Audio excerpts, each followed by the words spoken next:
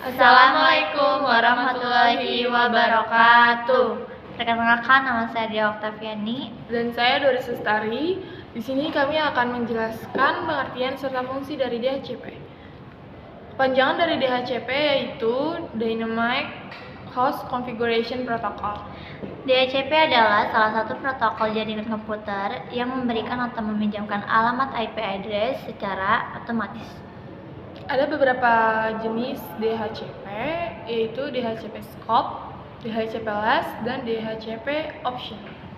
DHCP Scope berfungsi sebagai kumpulan alamat IP address yang bisa diberikan atau disewakan kepada DHCP client. DHCP Less berfungsi sebagai pemberi IP address terhadap DHCP server.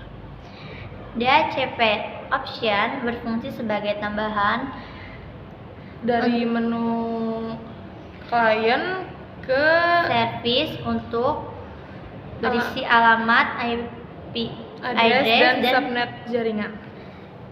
Prinsip dan cara kerja DHCP. Tahap pertama ada IP last request. Tahap pertama ini merupakan tahap di mana klien meminta jaringan IP address. Tahap kedua IP last over. DHCP mendengar broadcast dari klien baru berhubungan dalam jaringan tadi. Kemudian DHCP server memberikan penawaran terhadap klien tersebut berupa IP address. Tahap yang ketiga IP last session. Setelah diberi penawaran oleh DHCP server, klien yang request tadi menyetujui penawaran yang diberikan oleh DHCP server. Tahap keempat, IP less acknowledge. Tahap terakhir ini, DHCP akan merespon pesan dari klien dengan mengirim cepat acknowledge yang berupa IP address dan informasi lainnya yang dibutuhkan. Dan ada fitur yang ditawarkan oleh DHCP. Yang pertama ada manual allocation, di mana administrator server membuat konfigurasi pada server yang mencatat MAC address. Yang kedua, automatic allocation, di mana administrator server membuat konfigurasi pada server yang mana hanya mengandung IP address yang nantinya akan diberikan kepada komputer klien. Yang ketiga ada dynamic allocation. Hal ini sama halnya dengan automatic allocation, tetapi server yang mencatat status peminjaman IP address atau LAS dan akan memberikan alamat IP yang LAS-nya sudah expire pada klien DHCP atau komputer yang lainnya. Ada beberapa keuntungan dan kerugian DHCP.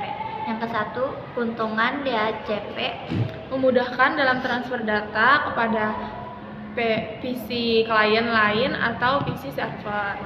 Yang kedua, memudahkan seorang administrator jaringan dalam memberikan nomor IP address secara otomatis di komputer dalam jaringan tanpa harus mengisi secara manual. Yang ketiga, menyediakan alamat IP secara besar, secara dinamis maksudnya, dan konfigurasi lainnya. Yang keempat, didesain untuk melayani network yang besar dan konfigurasi TCP atau IP yang kompleks. Yang kelima, memungkinkan suatu klien menggunakan alamat IP yang reusable.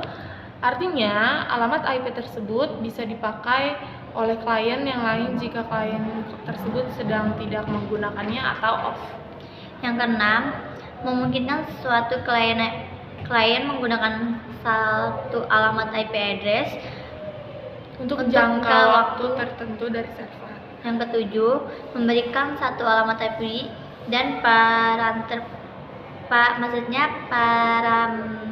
parameter konfigurasi lainnya kepada klien seperti DNS server dan default gateway. Kedelapan, mencegah terjadinya IP conflict. Kemudian ada beberapa kerugian dari DHCP. Salah satunya memberi nomor IP address bergantung pada server. Jika server mati atau off,